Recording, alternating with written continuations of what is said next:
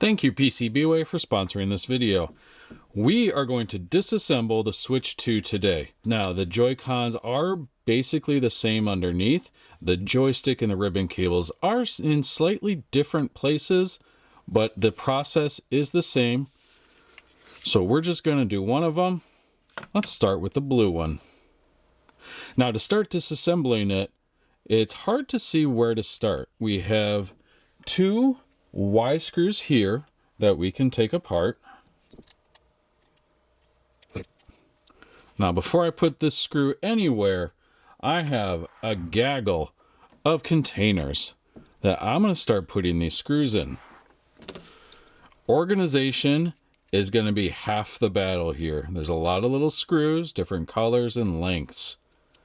Take your time and label these correctly. I've done this a few times, so I can remember where exactly things go. So now that these two screws are out, it's still not obvious how to peel this apart because there is this strip over here that you need to peel away. It's not going to feel right the first time you do it because it is glued. Only a little glue though.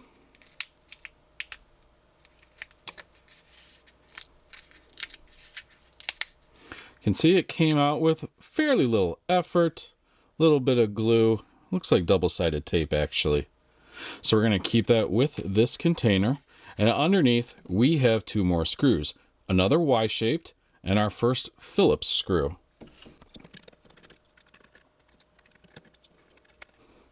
All right, now we're going to switch for a Phillips bit and take out this last screw.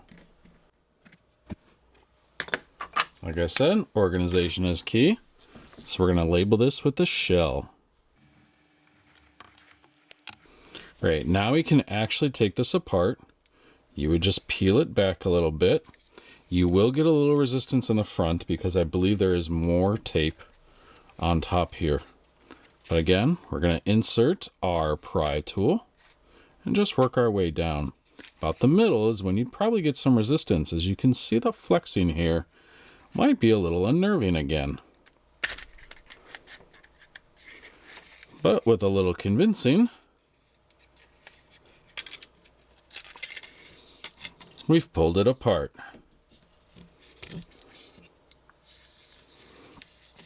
Next thing we'll want to do is disconnect both the battery and the rumble motor. You can gently pull on it. My tweezers don't quite get good enough grip, but if you're gentle, it's not an issue.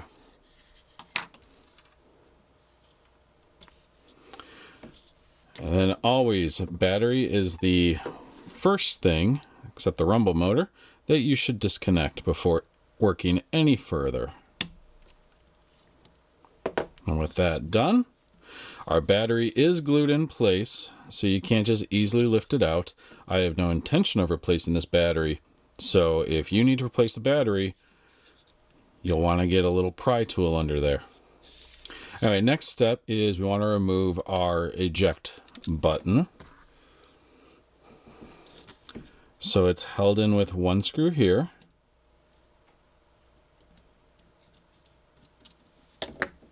Actually, I didn't have to remove the screw for this, but working a little ahead. And then you will find another screw at the top. That's a little deeper, but once you get it, this is the longer screw where the bottom is the shorter screw. Now before we can remove this plastic piece, we need to remove this shoulder button. To do that, it's fairly simple. Take this pry tool, click it down, and you'll get just enough room in there to pry it upwards. There we go. Now, when going to reassemble, there's this flat springish type piece here. It goes in right in this hole. You would just insert it into that hole, make sure it's flat, and then push down. Okay, with that removed, we can now finish removing this part of the ejector. We'll put that with the other piece. Next thing I want to do is remove these two screws that are the top of, I'm going to call it the mid plate that holds the battery and the shoulder buttons. I'm going to remove this one. I'm going to put this in its own container because we will remove this ribbon cable completely. All right, next we're going to remove this mid plate. So there are 3 remaining screws underneath the Z button and 2 next to the battery. With those removed, we should be able to wiggle this free. We can remove the upper Z button. Remember, there are 2 springs here. They have not fallen out on me yet, but remember those are there. Before we can fully remove this mid plate, we have to pop this off. And you can just use any kind of pry tool, or I'm going to use my tweezers, get in underneath it and pull it away. And there's our battery. Underneath that, we have some ribbon cables, the joystick, and essentially the mouse and shoulder buttons. The next thing you'll want to remove is the PCB. So let's disconnect some of these ribbon cables. Like I said, I'm going to start by removing the ribbon cable for the shoulder button and put it with the screw. These will just flip up the, I'm going to call it a trap door that holds it in place. And then you can pull the cable out. Finally, we want to remove the ribbon cable for the joystick. So again, we are going to flip it up and pull it out. All right, ribbon cables are out. We need to unscrew the PCB. So we have 1, 2, 3, 4, 5.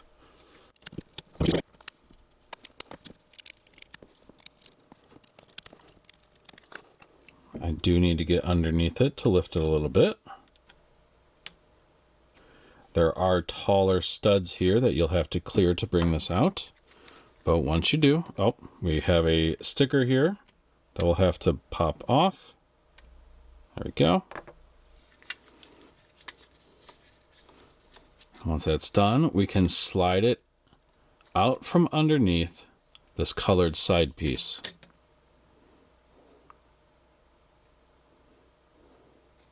All right. We have our buttons and membranes. We're not taking that apart today. It's fairly straightforward if you need to, but chances are this isn't something you'll need to replace right away. This is just a guide on how to replace parts. We're not actually going to tear into the joystick. We've already confirmed these are not Hall effect. So next thing I want to do is take off this colored piece. We have 1, 2 screws here we need to remove. So the taller screw is at the top. The bottom screw is going to be shorter. This one's easy to remember because if you put the bottom tall screw in the bottom, it's going to feel wrong and poke right through. So small screw at the bottom. With that done, this should just pull away. There we go. Now, should you need to replace either the sensor, buttons, any of that, or this eject button, you will want to remove these 4 screws to access that. Before we fully take this apart, 2 words of warning. The orientation is that this pokes out of where we're unscrewing this, and the ribbon cables go underneath the piece. There's a hole here.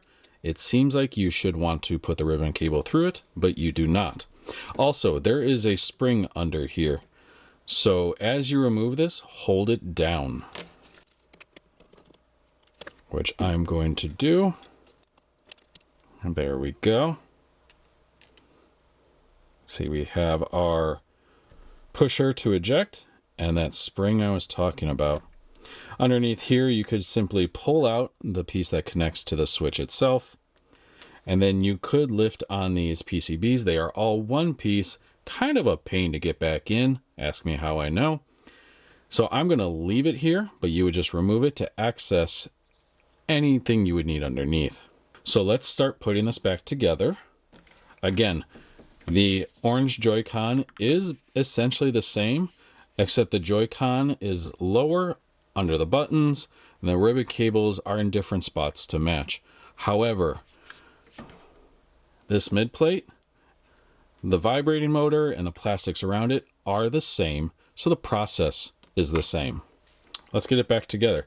So the ribbon cables point in the one direction, and this direction would be towards the top if you're looking at the letters. Now remember, when we do this, the plastic bulges to the top, so it would go in this orientation. But first, we have to put in our spring, our little pusher, and make sure it lines up.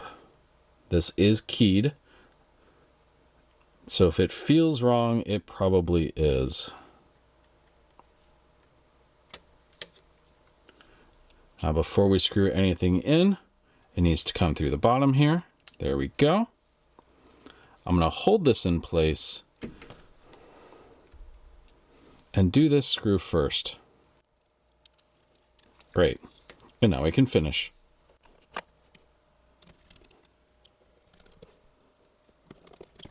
That's done. We're going to get it back in our shell now.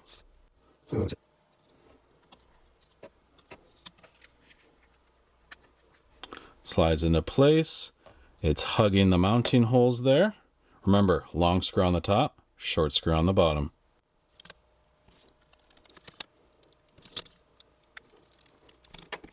Next thing we did was take out the PCB, so that's the next step to reinstall. When you're doing this, it will slide. You have to slide this button under your ejector. So you're going to have to kind of angle it and slide it in. But before we do any kind of securing, remember this joystick ribbon cable needs to come back out.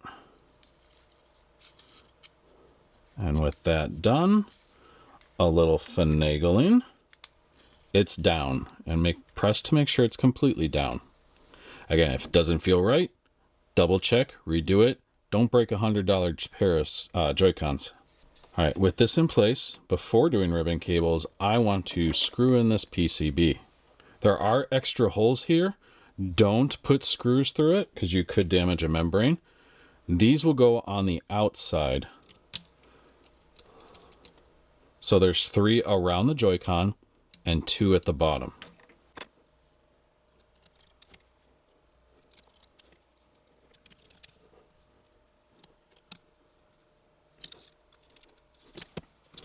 Next, let's get these ribbon cables attached. These are a pain in the butt. However, you have to do it.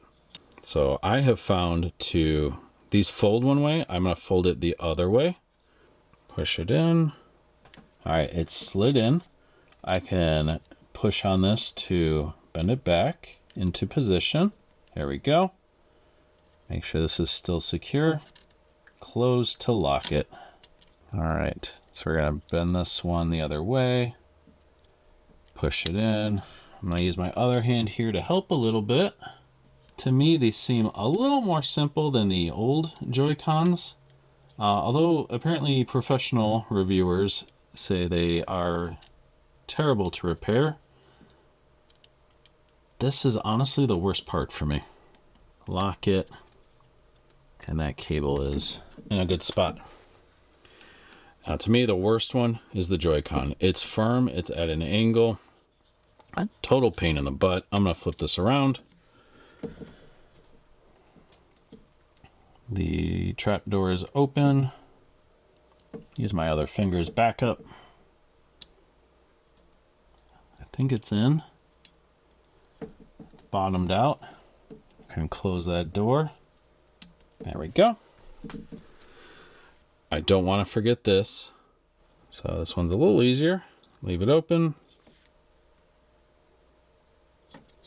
And we're done with ribbon cables. So next step is the battery cover or battery holder. Wiggle it around. It will find its seat, and it's in a spot that you can't really move it around too much. Before we screw anything in, we need to get this shoulder button on, because if we screw it in before doing this, the plastic won't be able to get under the shell here, and you're going to have to pull this out anyway. So remember, this had 2 springs this time. The original Switch only had 1 spring. This has 2. Somehow those springs don't come out, which I appreciate. During my other Switch videos, I've had to search for those springs multiple times. But this, we have a stud here and a stud here. So we're going to get the springs on those studs. Lower, everything is 1 unit. And you should be able to test it. Now we can start getting screws in. I'm just going to get 1 in, so this doesn't start going everywhere. And this one I'm going to do right here at the top, so I cannot forget about it. All right. With that in place, next is our ribbon cable for the shoulder button here. So there are tiny studs that we do have to get this on. The top one, and the bottom one is a stud that we gotta fit this over. This top one is a screw hole. Then I can screw in the 2 next to the battery. I seem to be missing one, but I actually put the last screw here with the ribbon cable. Another good reason to stay organized, although these screws are all the same anyway. All right. Moving on up to the shoulder button, but before we do the shoulder button, we have to get this mount in first. Now to do that, remember the deep hole goes to the top. So it'll just slide on top like this. It'll push this ribbon cable down further into it. And now the longer screw goes on the top where it's the deeper hole. The shorter screw goes towards the battery.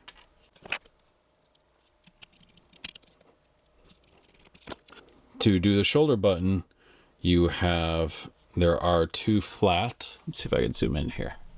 You can see there are 2 flat bends here. One at the top, this one at the top actually tilts forward around these 2 little studs. Again, so this part goes right in there. You can see the cutout for it. So I'm going to get it in there. All right, looks good. And you press it down and test. Sounds good. The spring-loaded ejector is right here. And this just slides in behind it. It's easy to tell what direction because not only is our flat piece here, but if you were to put it in this way, that doesn't look right. That's ugly. That looks like a Switch 2 controller. All right, so we'll slide that in. You have to come down straight from the top and then give it a test. If you feel like you're using too much pressure for this, make sure the orientation is correct. You don't want to bend any of these pins.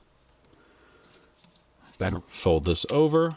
Make sure to get your ejector in the right spot. Give it a squeeze. It all lines up nice and flush. Let's start screwing this in. I'm going to start with the Phillips that goes on the bottom of the cover we pulled off. Everything else, we need to switch back to that Y bit. Okay, and then we got 2 more here. Give it a squeeze. If it's not completely together, screw it in, and my gap closed nicely. All right, to put this back in, I start at the bottom of the curved area.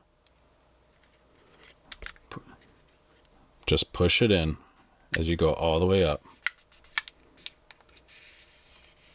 And it should be nice and flush.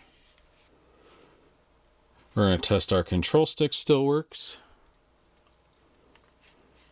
Looks good. And then test our input devices.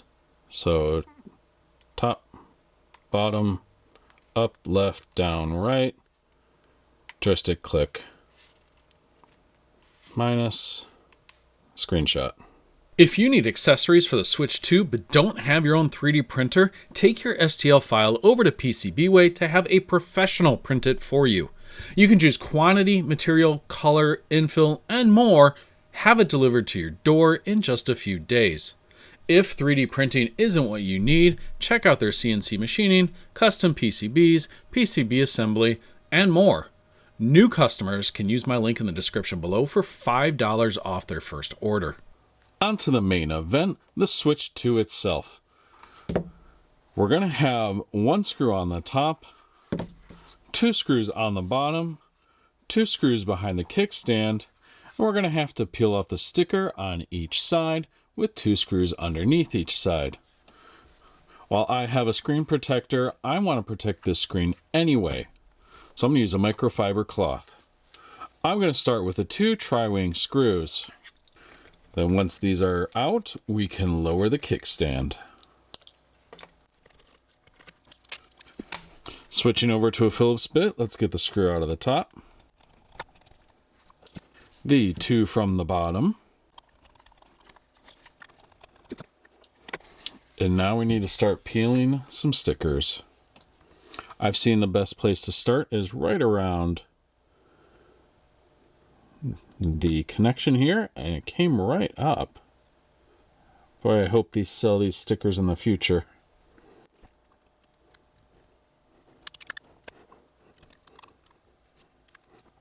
Let's get some dental picks.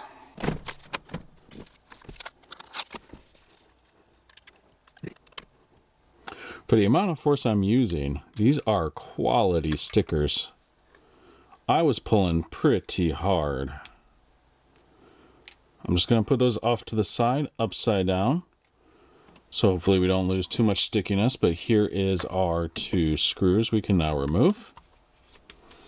These ones are yellow, where the other ones are black, so I'm going to use the same container and just label it for the shell. I'm going to do the same for the other side. This one did require a little more effort, but it's probably incidental.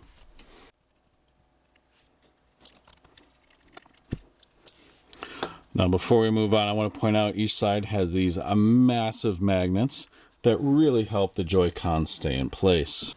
Alright, now we can start peeling apart the front from the back. I'm just going to use this pry tool, get underneath all the edges.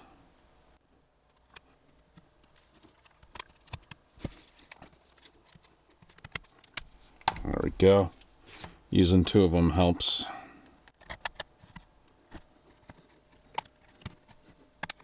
Get it over the USB-C port and keep moving.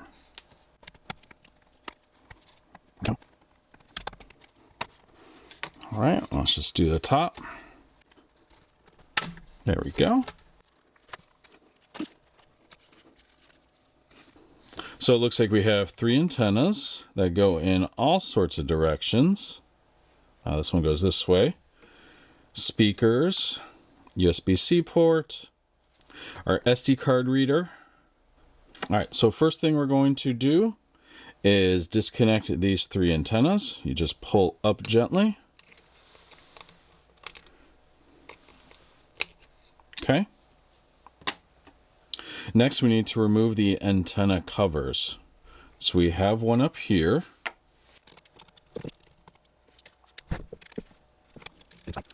That was held on by 2 screws. Just a little piece of metal. No big deal. Next, we're going to remove this antenna cover. With those screws removed, it just lifts right off. That one was held on with 3 screws. And then one final one at the top here. Extra long screw. I'm going to put that aside.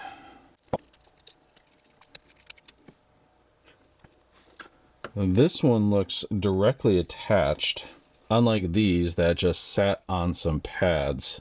So I'm just going to leave it dangle. Next, I want to remove this SD card. Thankfully, this one's modular.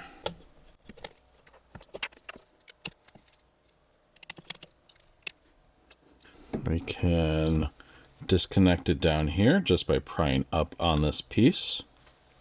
There we go. We just have to untape it. There's our SD card reader.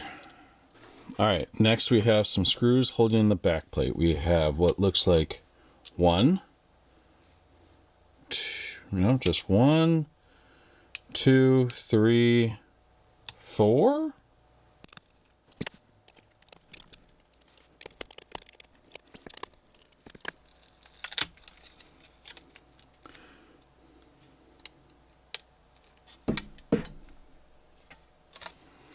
There, we need to take this antenna off because it's going through the frame. There we go. I'm going to put it upside down so we can save our thermal paste. Now that we finally have access to the battery connection, that is always the next thing you do. As soon as you have access to the battery, you pull it. This one, you just pull up on it, and it slides right out. This is a 20 watt-hour battery. Feels kind of small, but I haven't run it out yet. With that removed, we can either do the speakers or the heatsink next. I'm going to choose to do the speakers just to get that out of the way. So they actually are wired pretty far into the motherboard. Just give it a pull. Not bad for somebody who can't use chopsticks. Other speaker. Next, we're going to remove this heat pipe. A lot thicker than the Switch 1 and a bigger fan too. Really glad to have that extra cooling. So that's held on by 4 screws here. And just like the original Switch, there's a little bit of adhesive and thermal paste. Okay. Yeah, it's stuck on there pretty good with that thermal paste. But a little prying, it comes up with not a lot of effort. Don't want to really bend this heat pipe either. So just a little upward pressure. Hey. The adhesive is better than the Switch 1 on this piece. There we go. And it pops right off. It's a fair amount of thermal paste. Next is the fan. Looks like that's held in by 3 Phillips screws.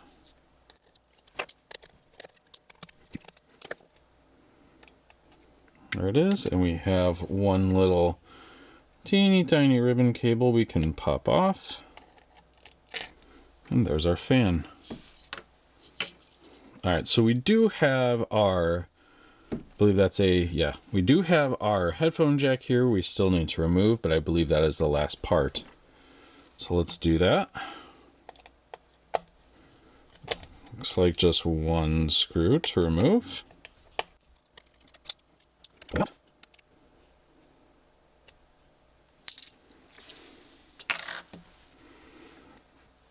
Next, it's ribbon cables. So first I'm going to do the power and volume cables. You just remove the, or lift the tab, pull it out. This one is, I forget what that is, but we're going to remove it by lifting the tab and pulling gently. Maybe that's the microphone. This is the Joy-Con connector over here that goes to the motherboard. We have a matching one right here.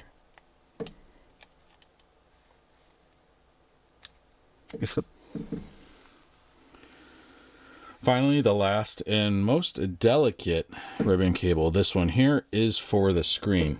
We won't be removing the screen in this video because I have no reason to, and I do want to play this later, so I don't want to screw that up. Also, I don't think there's replacement parts yet. If somebody makes an OLED screen for this, oh, I'll be first to tell you. Next step is to remove the motherboard. Looks like we have 1, 2, 3, 4, 5, 6. Yep, 6 screws to remove.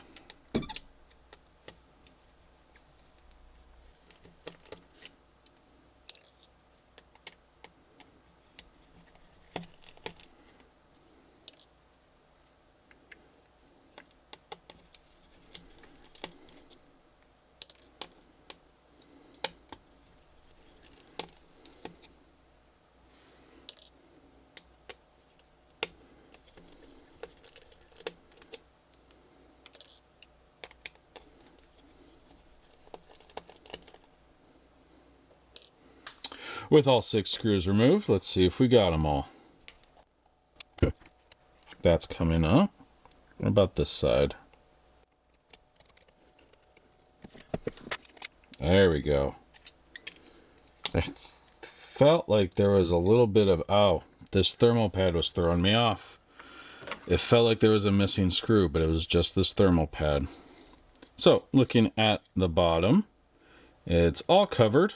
Not a whole lot to say here. We got a thermal pad there. Also covered on this side. Let's see, this was for our SD card.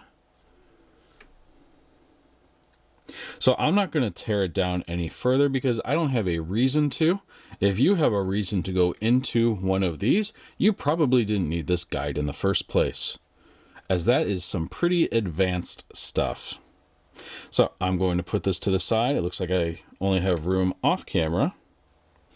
Now we're left with the frame and the screen on the other side. Again, so if you do want to remove this screen, you would get a heat gun, warm it up, and then pry around the outside. This is the exact same as the Switch 1 Lite and OLED, except you have an even thinner bezel here. And this is worth a little more money.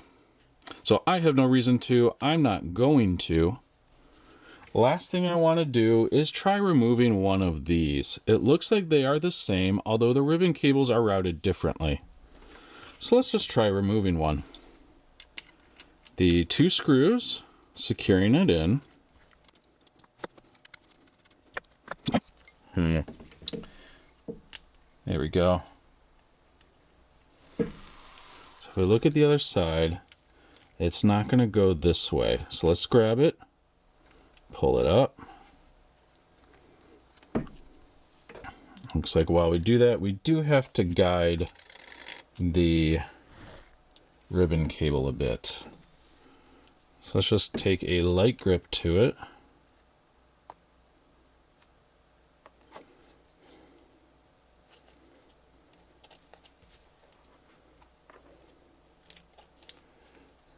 Looks like we might have to remove this tape on both sides.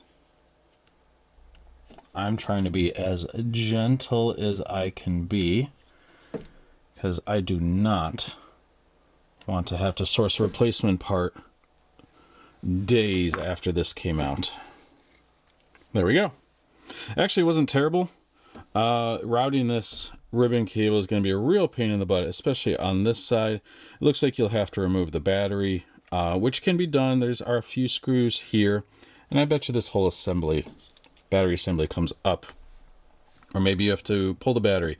If you have to pull the battery, you'll want to do a little bit of isopropyl alcohol around the edges, and then you should be able to pry it up a little easier. Just a tip, isopropyl alcohol will release adhesives. I use it for hot glue a lot. But so this is as far as I want to go with the teardown. We got a lot. You can see there's even more on the other side, but I'm not pulling the screen today. So I'm going to get this back in. We're going to get it back together.